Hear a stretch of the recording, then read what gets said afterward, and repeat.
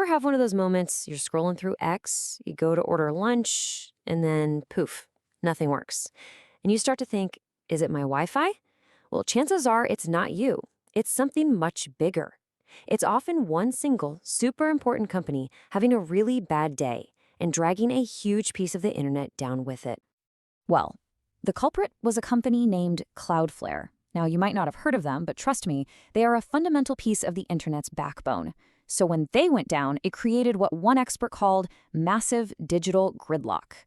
And the impact was, you guessed it, immediate and absolutely huge. It kicked off early, just around 6:20 a.m. Eastern, with this huge spike in errors. Less than an hour later, the outage was at its absolute peak. But hey, in the digital world, a 3-hour outage, that feels like forever. The damage was done. And this is where you see the real-world impact. It wasn't just an inconvenience. On X, breaking news and expensive ad campaigns just vanished. For all the businesses that depend on ChatGPT, productivity completely stalled. And with DoorDash, a digital problem became a physical one. You had lost orders, real-world deliveries not happening, and a whole lot of lost money.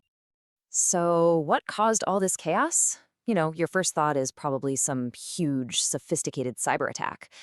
But the truth, it's actually way more boring and maybe a little more scary. It started with a totally routine database update, but a hidden bug made a key configuration file suddenly double in size. That oversized file blew past a built-in safety limit, and the software just couldn't handle it. It hit a fatal error and crashed, starting that chain reaction across the entire network. A tiny mistake that had a massive, massive impact.